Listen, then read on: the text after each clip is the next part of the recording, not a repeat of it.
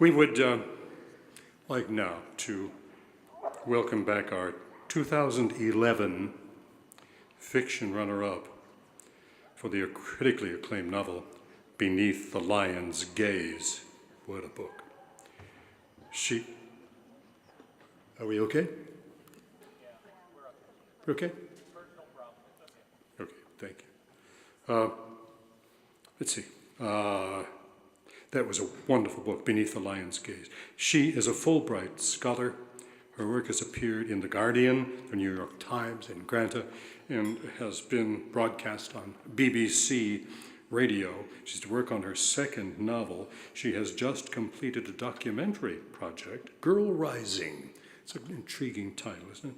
Which focuses on girls' education globally. Joining us from New York to come here and talk about the 2013 fiction runner-up, Maaza Mengiste, is here.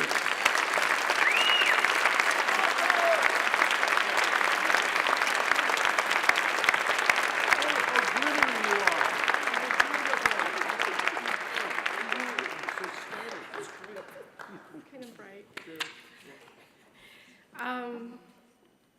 I think that the speeches that you have heard, and I can assure you that you will hear will give you a sense of the types of conversations that have been going on over the course of this weekend, writers with the audience, but also writers amongst themselves.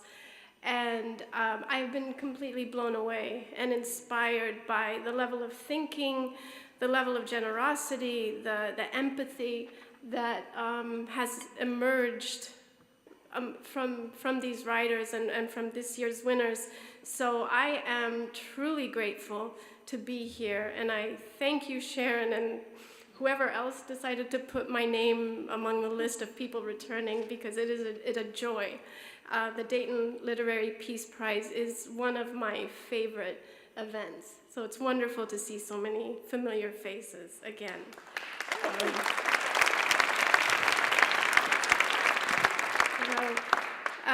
I will be introducing and speaking about Ben Fountain's book. He is not able to join us tonight, so Sharon, you and I will have a private conversation about what to do with this prize. We'll talk later. Finders keepers, but early on in Ben Fountain's Billy Lynn's long halftime walk, Billy, back in Texas from Iraq for a brief publicity tour with his Bravo company, looks around a loud, crowded room full of football fans and thinks that, quote, certain subjects should not be discussed at Roadhouse volume. Death, grief, the fate of the soul, these beg Congress in tones of sober thoughtfulness. You can't scream back and forth about such matters and hope to get anywhere. So he says nothing, end of quote.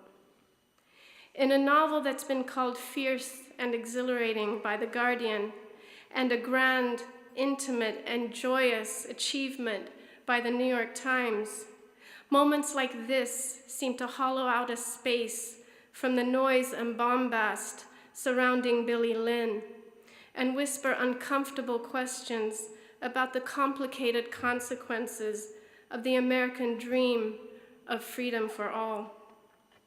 In an interview with Book Forum earlier this year, Fountain talks about the media's portrayal of the war in Iraq and of the young soldiers who went to fight. He implies that the constant deluge of advertisements and 24-hour news cycles that we experience flattens everything out. It numbs us, and in order for anything to get our attention, it has to become progressively louder and more saturated. Somewhere along the way, we lose sight of those we sent over to fight. We forget their ordinariness. We want segments of other war stories we've read played out in the news. A philosophical Odysseus musing about the price of victory, a forgiving Achilles, remembering his greatest opponent, an undefeated Hector, opening his arms for his wife and child.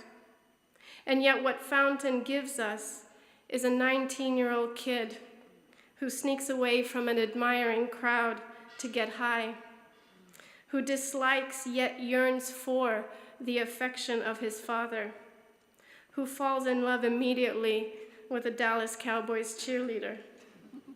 Fountain forces us into the oversaturated world of a football game and stands us next to Billy Lynn, the center of confusing attention, his life shaped and made malleable by a publicity machine. And he asks us to look at the scaffoldings of a constructed war narrative, one that is cleaned up and portioned out to make conflict a palatable consequence of the quest for freedom. But what of those who lend their bodies to fulfill the threats and promises brokered by politicians? What happens to them? Fountain asks. I'm reminded of a conversation I had with a friend of mine, a veteran of the war in Iraq. He sent me videos he took while there as a way to explain what it was like to be in the middle of so much chaos and bloodshed, yet find it difficult to articulate what it means to be in a war. These are his words I'll read for you. I think what is important for you to see with the bombing video is that it will give you a sense of what a bombing looks like and sounds like post-explosion. Like the other video, it all seems so normal, banal, in that there are no visual or sound cues, no cuts to another camera to release tension, and as soon as it is all cleaned up, it's just Tuesday at 1:15 and the rest of an 18-hour day. In every contact I was in, while trying not to tunnel and trying to do my job, I couldn't quite get over the absence of a narrative anchor, an authorial hand, a flashback or flash forward, first, second, third person, omniscient, or whatever the fuck. It wasn't there. Just dead and soon to be dead people. And then it's 1:16 in the afternoon. Ben Fountain captures the reality that my friend was trying to explain. He's written a book about what happens at 1:16, about the quiet hours that stretch beyond the noisy afternoons.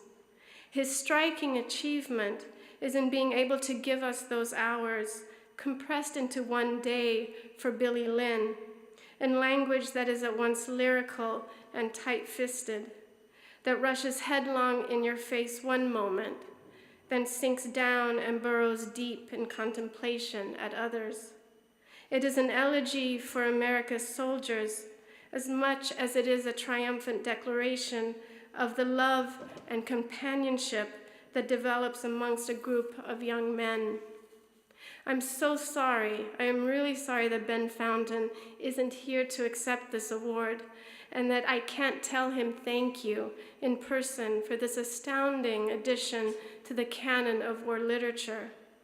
Luckily for us and for me and for him, I hope, there's YouTube. And I hope that he watches. And luckily also there are readers such as you that I hope continue to talk about this incredible book. And thank you for allowing me to read this book and also introduce it. Thank you.